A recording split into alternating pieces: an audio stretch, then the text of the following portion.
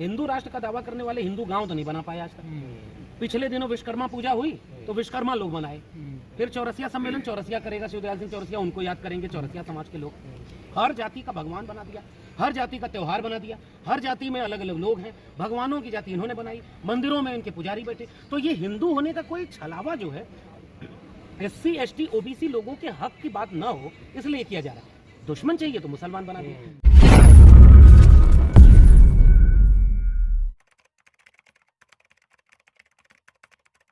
हिंदू ही आया, कहा कि सती प्रथा गड़बड़ है, जिसे तुम धर्म मान के पूजते हो उसको बंद करो, महिलाओं को जला दे रहे हो।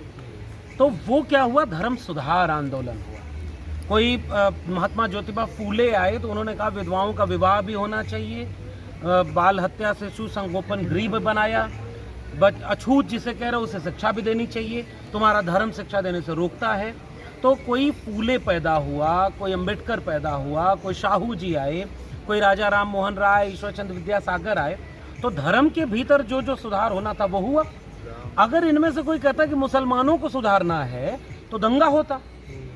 हर धर्म के भीतर प्रगतिशील विचार वाले लोग आते हैं, उस धर्म में अगर समय के मुताबिक कोई सुधार होना होता है तो वो धर्म वाले लोग करते हैं। जिसे दंगा कराना होता है वो अपने धर्म की सारी कमियों को छिपाएगा और दूसरे के धर्म की टिप्पणी करेगा। मुझे लगता है कि ये केवल दंगाई मानसिकता है। और बीजेपी और RSS क्या करता है कि बड़े नेताओं से कभी ये बयान नहीं दिलवाएगा। वो जब खड़े होंगे तो कहेंगे सबका साथ, सबका विकास, सबका विश्वास, सबका प्रयास। वो कहेंगे 140 करोड़ देशवासियों, और अपने नीचे के नेताओं से हमेशा इस तरह के बयान दिलाते रहेंगे ताकि उनका नफरती एजेंडा काम करता रहे। ये बाबा साहब के संविधान के खिलाफ है। वो संविधान भी कहता है कि जिसको भी उपासना करनी है उसकी आज़ादी इस देश का संविधान करता है। तो पहले अपने धर्म में सुधार करो और दूसरे के धर्म में सुधार करने वाले लोग उसके धर्म के भीतर से आएंगे, वो अपना काम करेंगे। आजकल हो ये रहा है कि जब अपने घर की सफाई करने जाओ तो कोई अचानक खड़ा हो जाए कि देखो पड़ोसी घर गंदा है, तो पड़ोसी घर में झाड़ू लगाने नहीं न जाओगे, उससे झगड़ा बढ़ेगा। अपने घर का साफ सफाई करो, पड़ोसी अपना घर अपना आप साफ करेगा। ये पूरे देश को नफरत की आग में झोंक करके हिंदू मुसलमान के नैरेटिव में ले जा करके जाति का सवाल जो इस देश का बुनियादी सवाल है, गैर बराबरी का सवाल, जाति जनगणना का सवाल, मंडल आंदोलन का सवाल, दलितों पर होने वाले अत्याचार का सवाल, हम तो इस देश के लोगों से पूछते हैं कि इस देश में जातिवाद क्या मुसलमानों ने बनाया? किताब पढ़ने से रोकने के शास्त्र अपने मुसलमानों ने लिखे क्या? सड़क पर चलोगे नहीं, पानी पियोगे नहीं, ये मुसलमानों ने कोई किया? मंडल कमीशन का विरोध किसी मुसलमान ने किया? किसी संगठन ने, मुसलमानों के किसी संगठन ने कहा कि जैसे ही संविधान बना वैसे ही उनका लेख आने लगा कि हम संविधान नहीं मानते, हम तिरंगा नहीं फैलाएंगे?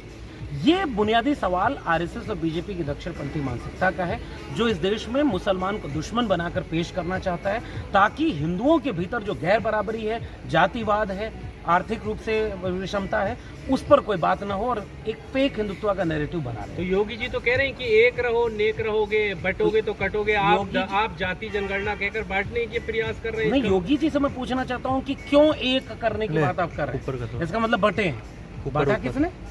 अगर सब हिंदू एक थे तो योगी जी को कहने की जरूरत नहीं थी कि एक रहोगे। इसका मतलब कोई बांट रहा है। तो योगी जी बताएं वो कौन बांट रहा है?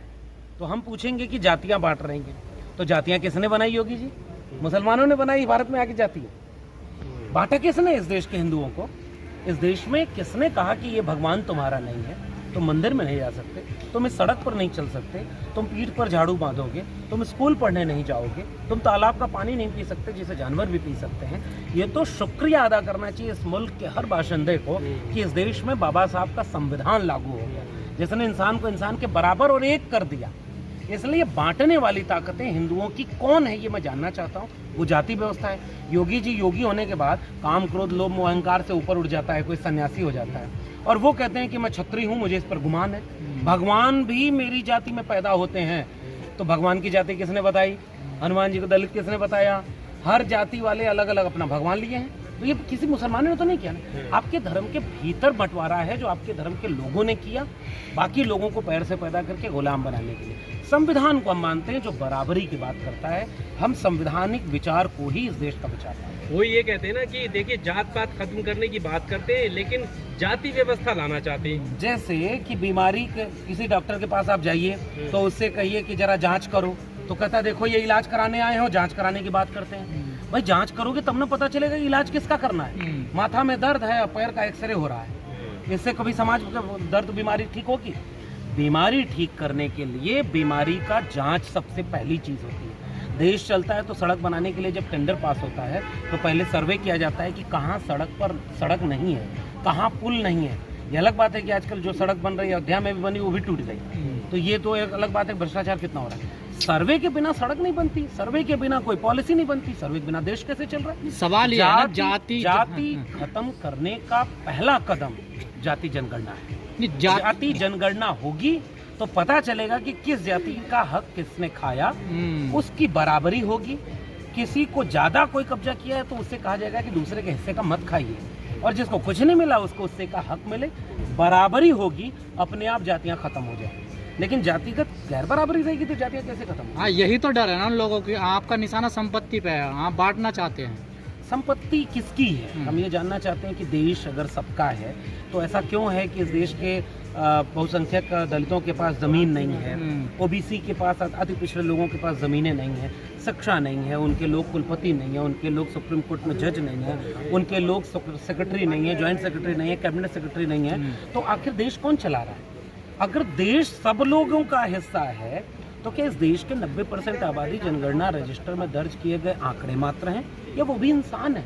और अगर इंसान है तो अमृतकाल के भारत में उनको कितनी जगह मिली?